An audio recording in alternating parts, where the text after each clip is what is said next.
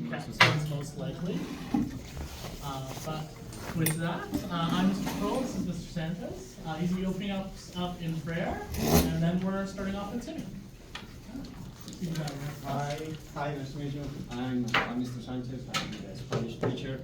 So we will pray in Spanish, or no, I'm just kidding. I was going to say It's okay, it's okay. please take a posture of praying. God and loving God, thank you for the opportunity to gather here today. Dear God, bless these future graduates and fill them with the spirit of your love. We pray that as they go forth to the world, may they remember you are in all things and all people. May they continue to challenge themselves intellectually and share the fruit of their knowledge. May their commitment to justice lead them to make a positive difference in our world. And may they build a community wherever they go and remain forever the important part of our community that they are today. And also, may they, through the ongoing growth in wisdom and grace, bring others to you as they share their talents in the wider world. We ask them in the name of your Son, Jesus. Amen. Amen. It's been a long journey. I didn't expect after all these years I'd be standing in a science room dressed up like Elvis Presley talking about what I'm gonna do when I'm older and more dilapidated. But I'm very privileged to be able to say that I've been going to Surrey Christian School for 13 years.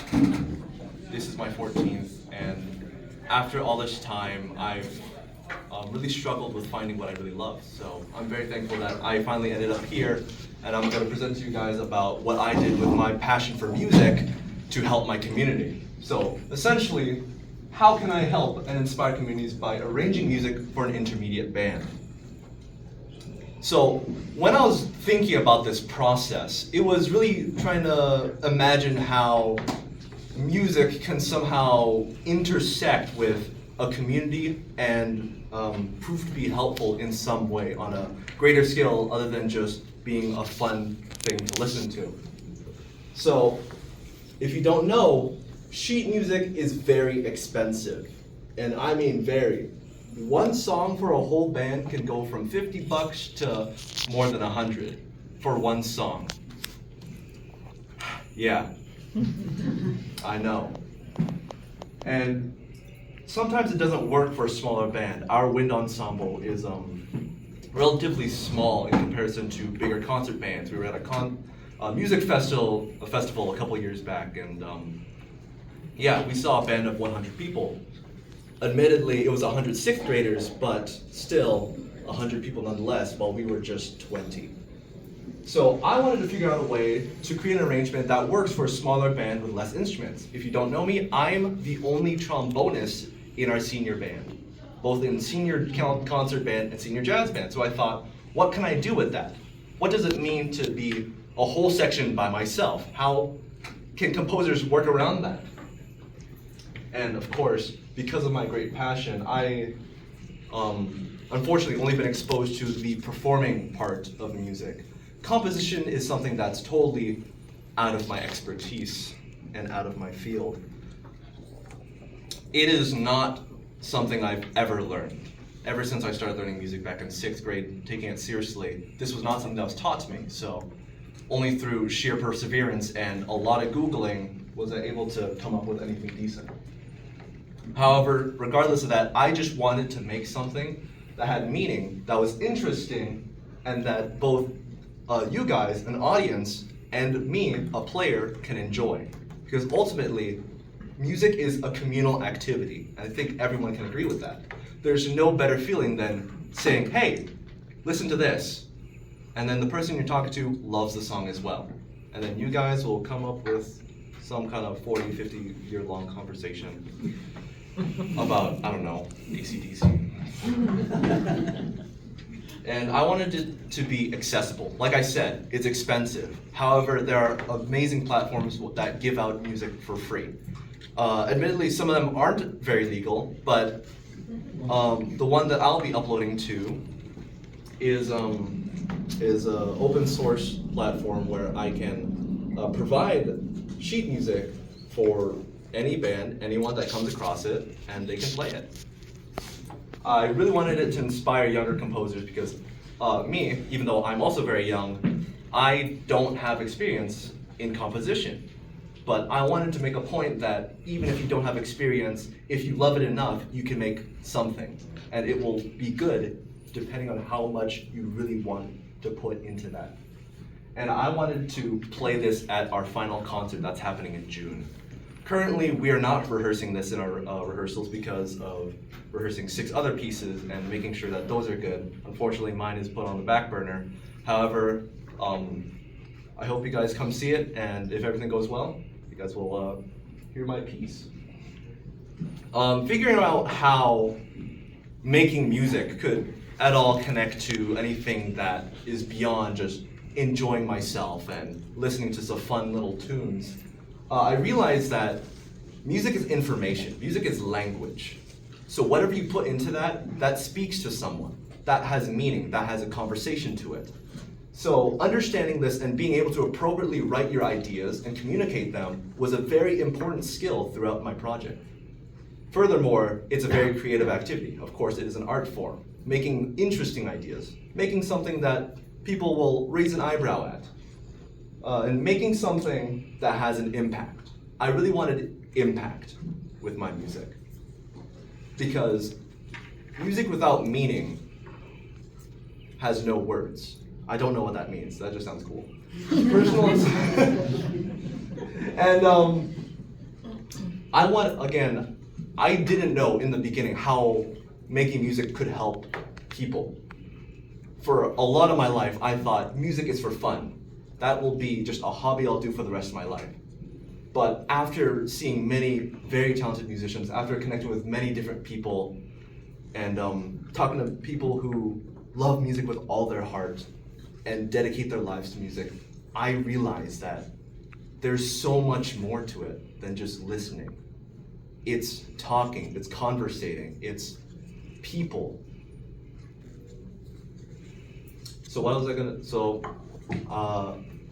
I particularly love big band. I'm just like I belong in big band.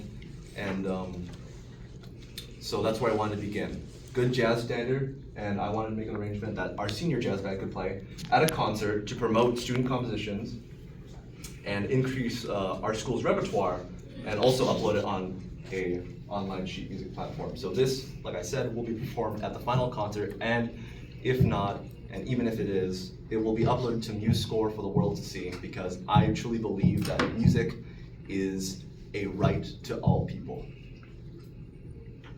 So where did it begin? I started out knowing nothing about music theory, and having to come across these funny little colors and how they relate to harmony in musical context was absolutely mind-boggling. Excuse my French. And figuring out how to use the program as well, the notation program, was also a challenge in itself, as because it is free, it also has a ton of limitations that you have to work around. So coming up with a way to create a composition using limited software while also having limited knowledge was where it all began. However, thankfully, it gets simpler as you go along. Once you figure out how you want your song to be formed, how you want your piece to be formed, it all comes together. Thankfully, if living a life of music, you get to hear a lot of music. And because of that, you have a lot more ideas, a lot more comes to your head. When you create a melodic idea, that comes from somewhere. So those inspirations keep coming through you, and they'll just naturally flow onto paper. But of course, you need to make sure it sounds great. And you need to make sure you understand what you're writing. So analyzing this is another song from a great composer, Dave Wall, of a sax solo, and analyzing how this works so well, even though these are all different parts, they come together to make an amazing sound. And I already had my fair share of using the software when I first started. These are all the compositions I've made in just the past year, just transcriptions and stuff. There are more, but I don't have enough time to show you. And by my finishing stages, it was looking like this. I kind of got lost around here. I underestimated big band, and even though that happened, and it proved to be a huge challenge along the way, I still came up with a good thought. This intro alone took me about 3 weeks to compose because I didn't know where to start. But thankfully, I keep saying thankfully because it just kind of fumbled together, but it turned into something that I personally feel very proud of, and I made sure to curate it the best I could to my players because I fully believe in our jazz band's ability to play my ideas and for my thoughts to come through, their interpretations. A lot of this process came to faith and believing not only in myself but in my band and in all the people that taught me before. Forward, I think.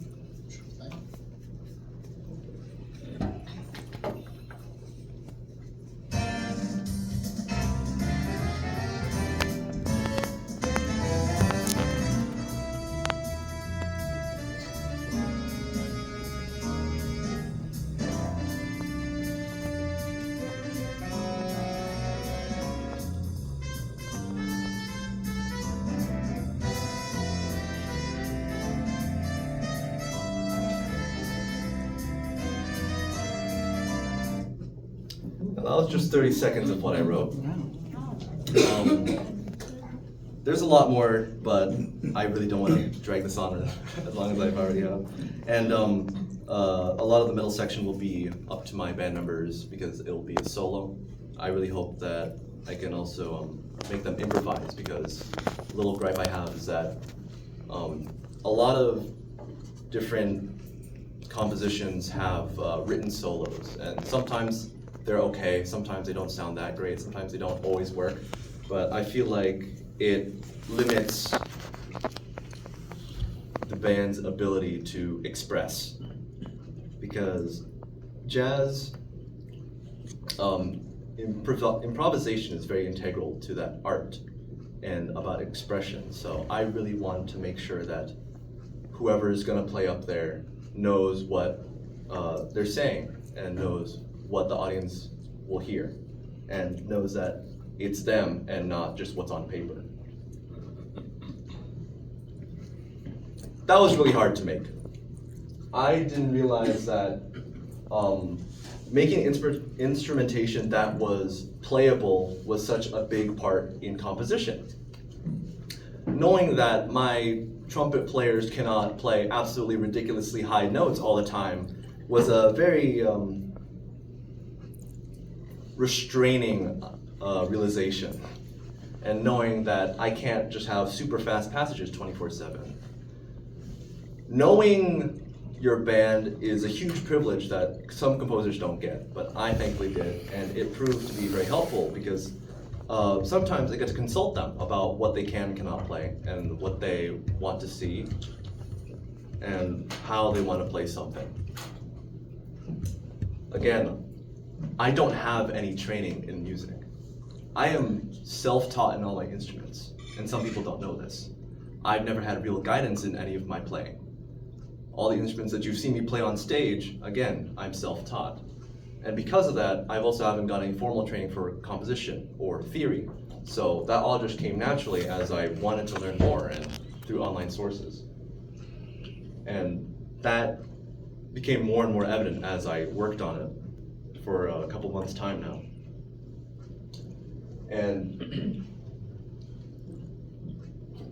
despite all that difficulty, I still think that my life has been greatly affected by this.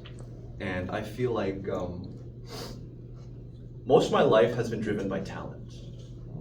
And I realize that in music, there's a lot of talent, even though it is, in my opinion, a skill and anyone can learn music, and it's never too late to start learning an instrument, or there's no reason that you can't play something. It's all about dedication. And me, after relying on my playing ability to play all right through most of my life, until I finally realized that I need to practice. I need to step up my game because I want to make good music. I don't want it to just be heard. I want people to listen. So I had to step out of my comfort zone, take loss, take risks, improve, be vulnerable, take criticism. Criticism is always scary, no matter who you are. To know that there's something wrong with what you're doing is always hard to hear, but that's what makes us stronger. I am so glad that I've been able to pull so far through dedication and perseverance, and I can use my own gifts to glorify God, because I know that I wouldn't be here without him, and I wouldn't have the innate ability and the perseverance to dedicate myself to this art, to this craft. It is unlike anything I've ever really faced. It is like a sport. You spend hours and hours on it. It's tireless, it's painful, absolutely painstaking, and sometimes you just want to quit, but I want my experience to also motivate others to do more and dream bigger, because I would have never thought my younger self would never look 5 years into the future and think, I want to be a musician, I want to share my music, and I want to do something for people. So what am I going to do now? Continue. Again, the story doesn't end here. As much as I look like Elvis Presley or Hugh Jackman up here, I am but 17 years old. I'm not even turning 18 until next month. And it's so hard for students now to realize that there's such a long journey ahead of them. We've come all the way here. My peers can definitely attest to this. It feels like everything's ending, but we deep down know that it's just begun. We finally get to dedicate ourselves to something. We get to express, we get to indulge, we get to focus on what God has given us and his grace and dedicate everything to him, because he is what brought us here in this world through these years to this moment. So I want my passion and discipline to continue, because I know that this will be valuable even if I don't pursue music in the future. This is vital. This is a vital life lesson to me. Thank you.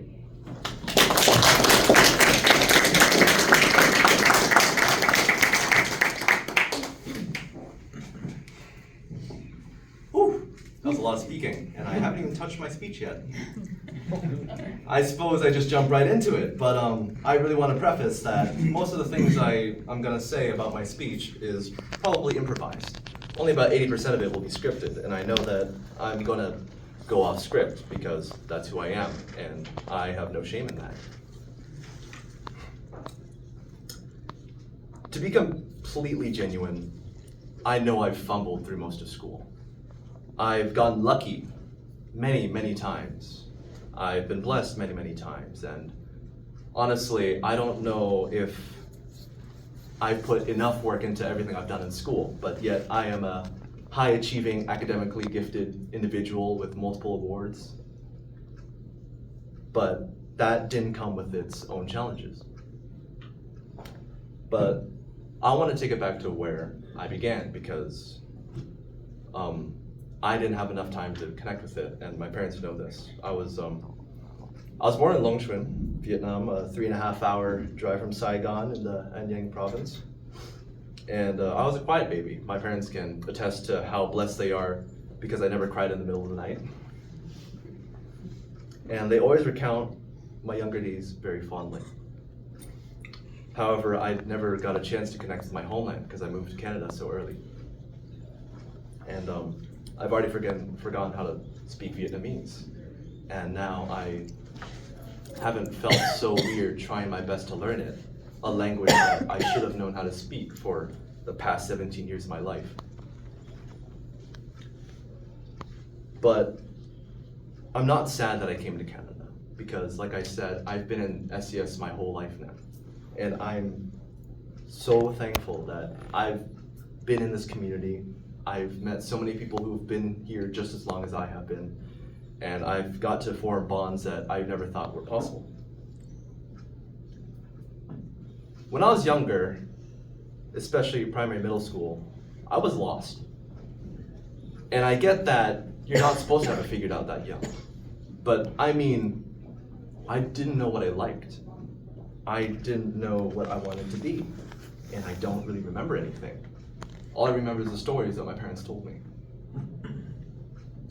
Maybe the biggest thing I remember was moving to the new campus, new primary campus, back in second grade. That was a little scary because now you're putting a bunch of kindergartners to grade 3s next to a bunch of bigger kids. I don't know why I felt so scared, but I realized that it was change. And I didn't understand change at the time.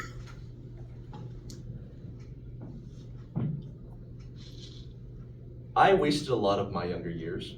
I know this because of how little memories I've had. I don't know my preschool teacher's name. I don't remember how many friends I've had. I don't remember doing kid things, going to people's houses, hanging out with people, doing something outside. All I've done was sit around, maybe play with Lego here and there, and talk to my friends. And try and keep up with my studies, because I knew that grades are good, and that's what I've learned my whole life. But then, you have choice in high school. That day in May, or March, I don't remember too well, when you have to pick your courses for grade 8, was an absolutely terrifying time. Because that also feels like what I'm feeling now. You have to have it all figured out. You suddenly have to do so much. But it wasn't that at all.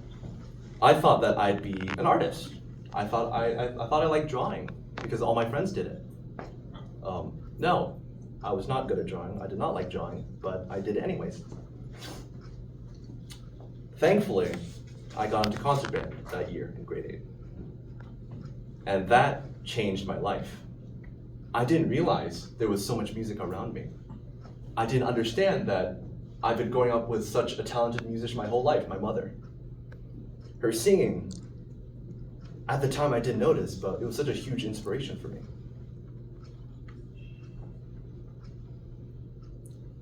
So, COVID happened. I hope you remember that. I almost forgot until I started writing this. And it changed everyone, and I don't know if that's all that good. I was a lot more introverted back then, so I really liked time by myself, having hour-long lunches, sitting in my room, going on Zoom calls, learning in class in my pajamas. That was all very good, but there was so much loss in connection, and that set me up for not knowing how to talk to people anymore. You may know me as a very social person, but I've been very shy for most of high school. And in light of the pandemic, the following year was probably the biggest change in my life, because I was blessed with the opportunity by our former band director, Mr.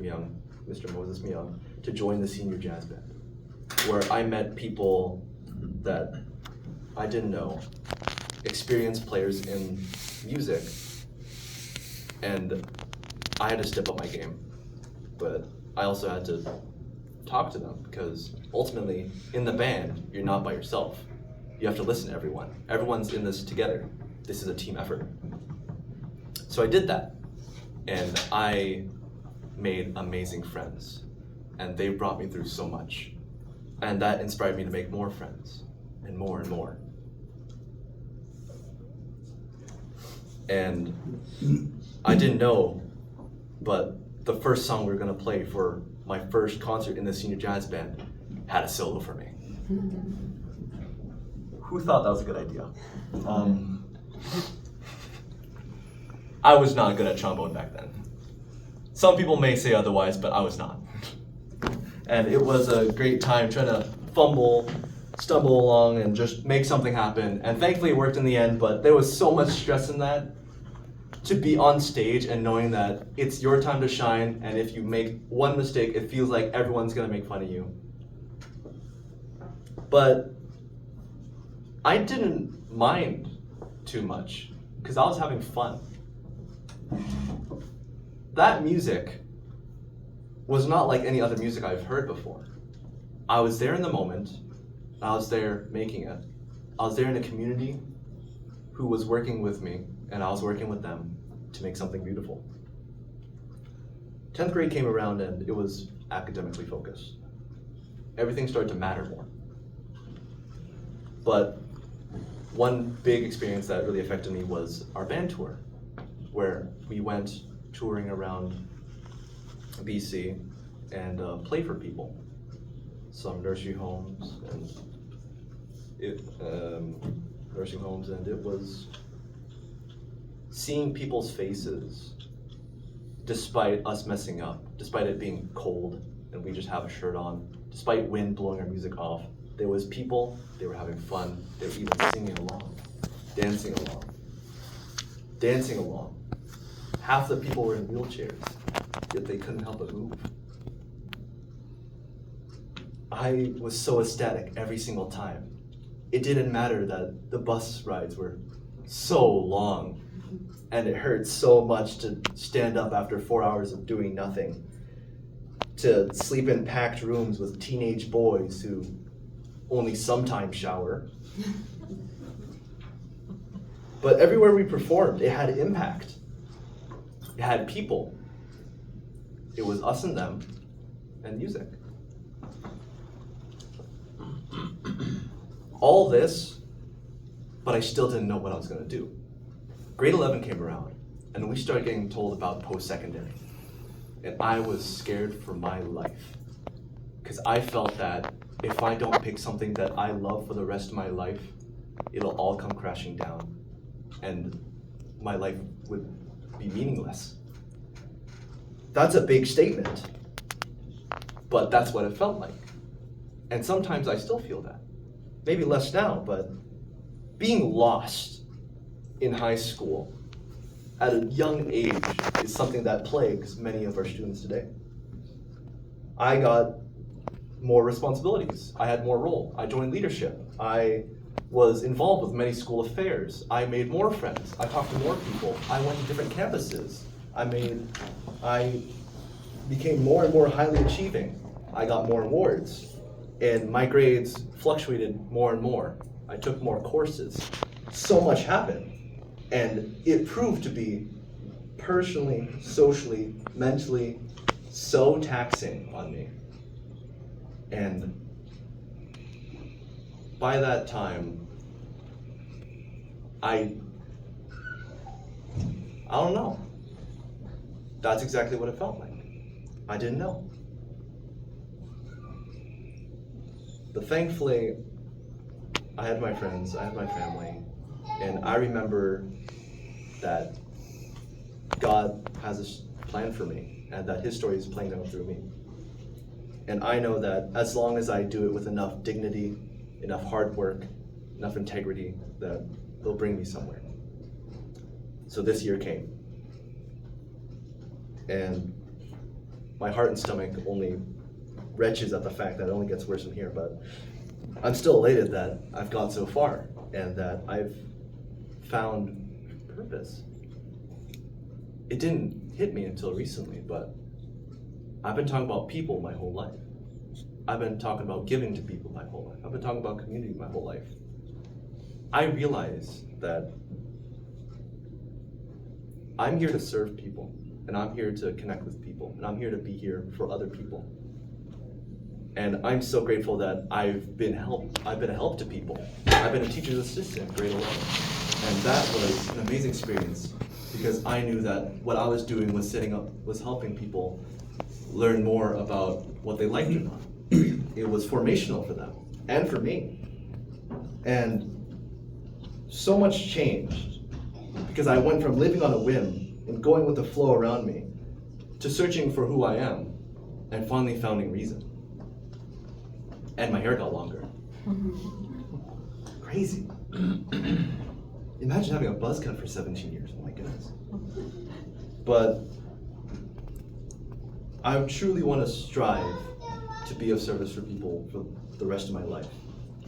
And that doesn't come with more and more challenges, I know.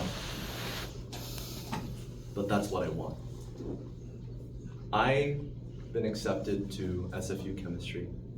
I want to be a pharmacist because I know that my work, I can connect with people who I can help. And what I'm actively doing is helping people. And it also felt really good to reject UBC. That was great. I am so grateful for everything. I can't express that enough. Everything. Ups and downs, good and bad, everything has brought me to this spot. Everything was important to bring me here. I thank my parents, my mother, my father, my reason to be. They've done everything imaginable for me. I want to spare no expense to being eternally grateful to them for the rest of my life and their sacrifice for me. I live my life with my family as a team, as a unit, and we share joy, and we share sorrow. We can laugh, and we can have our fears, but I know that they're here with me, and they've been here with me, and I'm so grateful. I'm so thankful for all my educators, all my teachers, all my mentors, no matter who it is, all of them. I don't want to say the good and the bad, because they're all good, I swear. You're a good teacher, Mr. Cole, don't worry. And all you guys are very important. I wouldn't feel so emotional if I wouldn't be so emotional if I didn't know you guys were gonna sit here and listen so intently to what I'm saying. Everything I've faced has had influence in my life and has contributed to me. And I'm so happy to graduate from high school knowing that there's a road ahead for me, and there's people who love me, and that people willing to listen. So I hope that my music, my sound, me, is speaking to you guys today. Thank you.